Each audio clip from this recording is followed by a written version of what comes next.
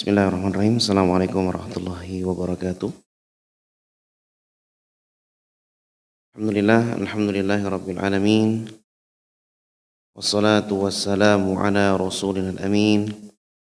Nabiyyina wa maulana Muhammadin wa ala alihi wa ashabihi wa man tabi'ahu bi ihsanin ila yaumiddin. Amma ba'd. Kembali kita melanjutkan bacaan hadis dari kitab Al-Arba'un Ar-Rambaniyah fi i'dadi khairil bariyah, atau 40 hadis tentang mencetak generasi yang terbaik. Tadi siang baru kita membahas soalan manusia-manusia yang terbaik, sekaligus manusia yang terburuk. Manusia yang terbaik, ya, sebagaimana sabda Rasulullah SAW, adalah mereka yang berpegang teguh, ya, dalam menjalankan perintah Allah Subhanahu wa Ta'ala dan Rasulnya, dan menjauhi setiap larangan Allah Subhanahu wa Ta'ala, dan konsisten bagaimanapun keadaan dan kondisi yang dihadapi. Sementara manusia yang paling buruk itu adalah manusia yang ketika berdoa kepada Allah Subhanahu wa Ta'ala, Allah Subhanahu wa Ta'ala sama sekali tidak mengabulkan doanya. Itu adalah manusia yang paling buruk. Selanjutnya kita masuk kepada al-haditsul khamis, hadis yang kelima, dengan judul khiyarul mu'minin, orang-orang mukmin yang terbaik.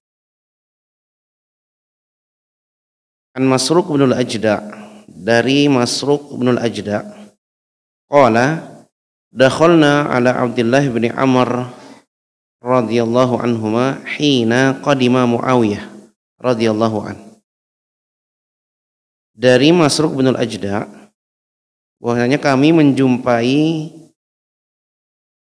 Abdullah bin Amr bin As ketika datang ke Kufah untuk menemui Muawiyah bin Abi Sufyan radhiyallahu anhu.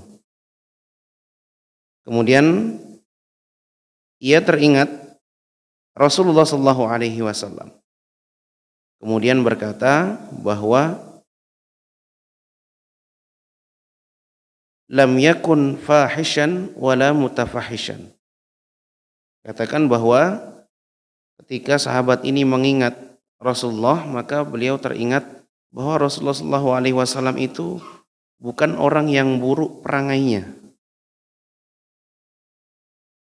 Wa qala, kemudian ia melanjutkan, qala Rasulullah sallallahu alaihi wasallam, Rasulullah sallallahu alaihi wasallam dahulu pernah bersabda, inna min khiyarikum ahasinukum akhlaqan. Rasulullah sallallahu alaihi wasallam bersabda, sesungguhnya yang paling baik di antara kalian adalah orang yang paling baik akhlaknya. Nah, ini hadis ini memiliki tentunya beberapa faedah, ya. Yang pertama, kita melihat bagaimana para sahabat sangat-sangat terikat dengan Rasulullah sallallahu alaihi wasallam. Sampai-sampai selalu diingat bagaimana dahulu Rasulullah sallallahu alaihi wasallam. Dan komentar yang sangat luar biasa ini, ya, lam yakun fahishan wala mutafahishan. Jadi kalau fahishan itu fahish, orang yang fahish atau orang yang buruk perangainya itu dia orang yang buruk perangai untuk dirinya sendiri. Itu fahish. Tapi kalau mutafahish itu adalah orang yang buruk perangainya lantas kemudian dimuncul-munculkan. Ya, dimunculkan. Jadi keburukan perangainya itu diperlihatkan kepada orang lain. Bahkan yang paling parah kalau dengan bangga sehingga itu menjadi aib. Nah, itu Rasulullah SAW bukan orang yang seperti ini. Rasulullah itu baik untuk dirinya sendiri, baik juga untuk orang lain. Makanya dikatakan ini adalah khiyarul mukminin, ya, orang-orang mukmin yang terbaik itu salah satu implementasi daripada keimanan seseorang itu adalah baiknya akhlaknya, baik dalam keadaan sendiri maupun banyak orang.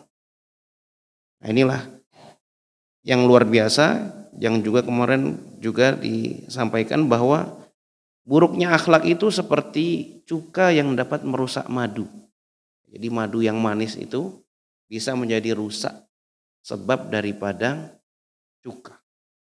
Begitu juga amalan yang begitu banyak bisa kemudian hilang begitu saja sebab daripada buruknya akhlak. Ya, kita pernah mendengar sebuah hadis yang mana ketika nanti di hari kiamat ada orang yang membawa ya kantong besar amal, tapi ternyata amalannya yang ditampung dalam kantongnya yang besar itu bolong. Ya, bolongnya karena apa?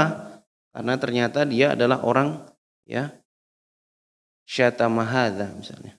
Dalam hadisnya itu disebutkan ya. Orang yang suka mencaci orang lain, syatama hadza. Wa akala mala hadza, dan bahkan memakan harta orang lain juga. Nah, ini salah satu bentuk daripada kenapa setiap mukmin harus menjaga akhlaknya. Karena sebenar-benarnya bentuk dari keimanan seseorang itu adalah muncul dari perangainya. Jadi tidak mungkin kontra antara iman dengan akhlak. Ya, tidak boleh kontra antara iman dengan akhlak. Karena setiap apa yang kita perlakukan, setiap apa yang kita lakukan, semuanya akan mendapatkan balasan daripada Allah Subhanahu wa taala, baik yang besar ataupun yang sangat kecil sekali. Itulah bentuk daripada konsekuensi iman kita kepada Allah dan kepada hari akhir. Karena setiap yang akan kita lakukan pasti ada balasannya dari sisi Allah Subhanahu wa taala. Demikian, insyaallah besok kembali akan kita lanjutkan untuk masuk ke hadis yang ke-6 besok ba'da zuhur. Jazakumullahu khairul jaza. Nafa'ani Allahu wa iyyakum ajma'in. Assalamualaikum warahmatullahi wabarakatuh.